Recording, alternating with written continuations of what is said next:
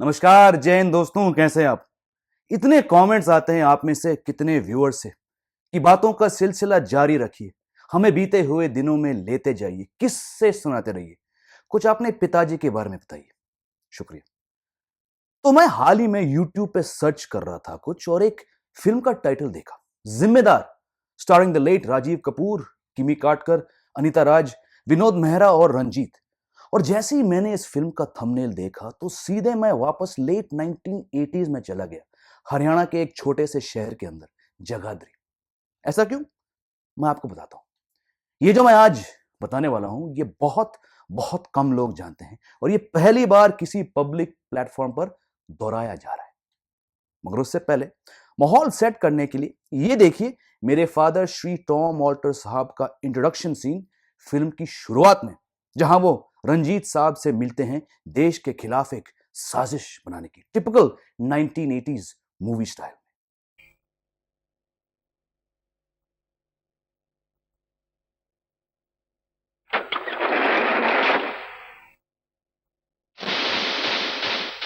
Marcus, Ranjeet Singh.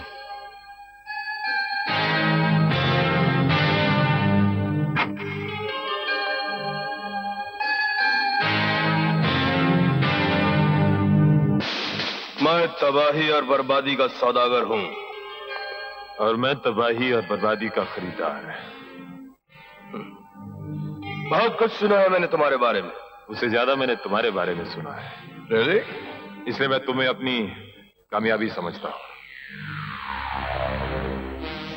Mister Marcus, हर कामयाबी के पीछे कोई ना कोई मकसद होता है।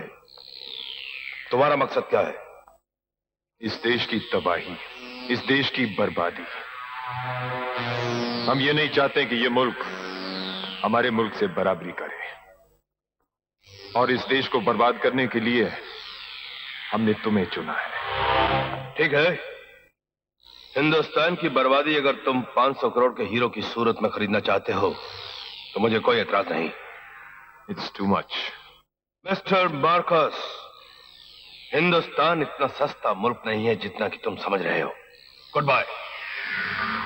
और सुनो, इतना याद रहे, हिंदुस्तान नाम की इस तालाब का मैं मगरमच्छ हूं। मुझे नाराज करके इस तालाब में तैरने की कभी भूल मत करना, समझे? ठीक है, मुझे तुम्हारी शर्त मंजूर है। मैं तुम्हें हीरे दूंगा। That's good, Marcus. मैं भी तुम्हें हिंदुस्तान की बर्बादी प्लेट में सजा कर दूंगा। डन। लेकिन एक शर्त और है। बोलो। मुझे हीरे हिंदुस्तान में चाहिए। ठीक है, ये भी हमें मंजूर है। अगले हफ्ते हीरे हिंदुस्तान के साहिल पे पहुंचा दिए जाएंगे। वहां से निकालना तुम्हारा काम है। That's my job।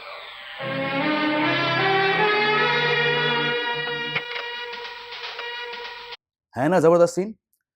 अच्छा, तो आप सोच रहे होंगे कि इस फिल्म का क्या कनेक्शन है जगाधरी से।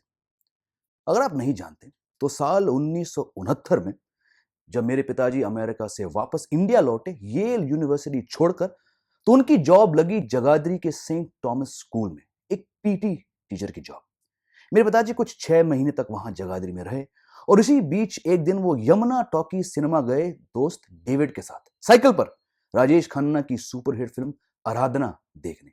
और आराधना देखने के बाद उन्होंने तय किया कि टीचर या स्पोर्ट्समैन नहीं, उन्हें एक एक्टर बनना है, एक हीरो। और उसके बाद मेरे पिताजी ने पुणे के फिल्म इंस्टीट्यूट में अप्लाई किया और कुछ 800 एप्लीकेंट्स में से जो 3 कैंडिडेट चुने गए नॉर्थ इंडिया से, उनमें से एक वो थे। ये किस्सा मैं आपको बता चुका हूं एक वीडियो में, जो आप देख सकते हैं, लिंक आपके स्क्रीन पे आया होगा।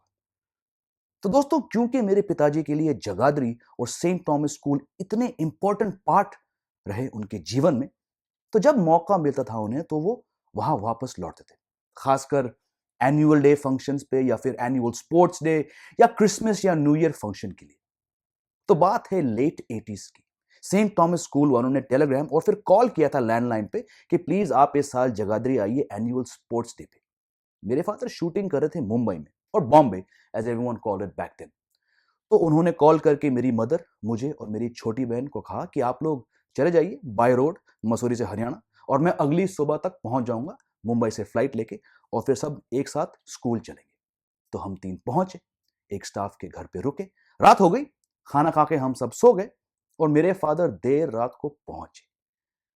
अब सुबह हम लोग नींद से जागे तो देखा कि मेरे पिताजी की दाईं आंख के ऊपर चोट लगी थी। वो हिस्सा सूजा हुआ था और पूरा काला हो चुका था, ड्राई ब्लड और स्वेलिंग से। मेरी मदर हैरान हो गई और वो पूछने लगी कि ये क्या हुआ, ये कैसे हुआ। और फिर मेरे फादर ने हंस के बताया कि सब ठीक है। दरअसल कल शूटिंग के बीच एक फाइट सीन में फिल्म की हीरोइन किमी कार्टर ने मुझे एक पंच किया। असल में अब क्योंकि हम सब वाकिफ थे फिल्म की शूटिंग से और ये फाइट सीन्स कैसे कोरियोग्राफ होती हैं, तो हम समझ गए कि क्या हुआ होगा। दोस्तों, ये है वो सीन, देखिए, जिसे मैंने खुद पहली बार इस हफ्ते देखा जब मुझे ये किस्सा याद आया। लगाना जोर का झटका। अब ये देखिए उसी सीन को स्लो मोशन में, पंच का इंपैक्ट देखिए और किमी कार्टर का रिएक्शन।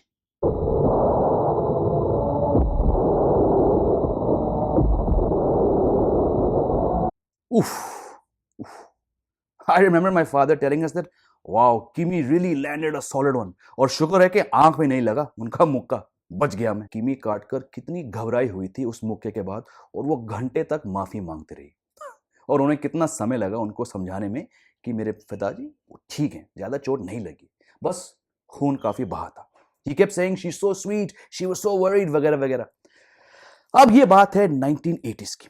आपको बता दूं कि फिल्म जिम्मेदार को खत्म करने में कई साल लगे क्योंकि डायरेक्टर और प्रोड्यूसर के बीच कुछ प्रॉब्लम्स थे। फिर लगभग आधे सीन शूट करने के बाद टीना मुनीम ने फिल्म छोड़ी तो किमी कार्टर को लिया गया। फिर उनके और हीरो राजीव कपूर के बीच कुछ तनाव था, तो शूटिंग वैसे ही डिलेड हो चुकी थी और प्रोड्यूसर को जल्दी क्लाइमैक्स सीन शूट करना था। ये उस समय की बात है जब फिल्म सेट्स पे कोई मेडिकल स्टाफ नहीं होता था, तो बिना कोई इलाज कराए बस पिताजी की चोट पे रुई लगाकर उन्हें घर भेजा गया। और क्योंकि काफी टाइम लगा उसके बाद, तो क्लाइमैक्स सीन को पैकअप करना था डायरेक्टर को, ठीक है। तो अगर आप फिल्म देखेंगे तो किमी कार्टर के उस मुक्के खाने के बाद मेरे फादर फिल्म में दोबारा दिखते ही नहीं, क्योंकि शूटिंग खत्म करना था डायरेक्टर को और टीम को, और मेरे फादर को दिल्ली के लिए फ्लाइट पकड़नी थी। तो जहां बाकी विलन्स को मारा जाता है हीरो के हाथों, मेरे फादर के किरदार सिर्फ मुक्का खा के गायब हो जाते हैं। रही बात उस जगाधरी की फंक्शन की, तो मेरे पिताजी ने आंख से पट्टी हटाकर बाकी फॉर्मेलिटीज पूरी करी, मगर हर इंसान उनसे पूछता गया कि टॉम सर ये क्या हुआ, कैसे हुआ। और मुझे याद है वो बड़े आराम से कहते रहे कि अरे यार वो किमी कार्टर है ना, उन्होंने मुझे मुक्का मारा फिल्म की शूटिंग में। बहुत चिल्ड आउट थे मेरे पिताजी, ज्यादा टेंशन नहीं लेते थे। वो कहते थे कि यार क्या हुआ, मुक्का ही तो लगा। कमाल है। तो दोस्तों, ये था एक अनसुना किस्सा मेरे फादर को लेके। वीडियो अच्छी लगी तो लाइक करिए, शेयर करिए। चैनल को अब तक सब्सक्राइब नहीं किया तो कर लीजिए। बाकी चलता हूं और दोबारा आपके लिए एक और वीडियो लेकर आता हूं बहुत जल्द। Take care for now, good bye.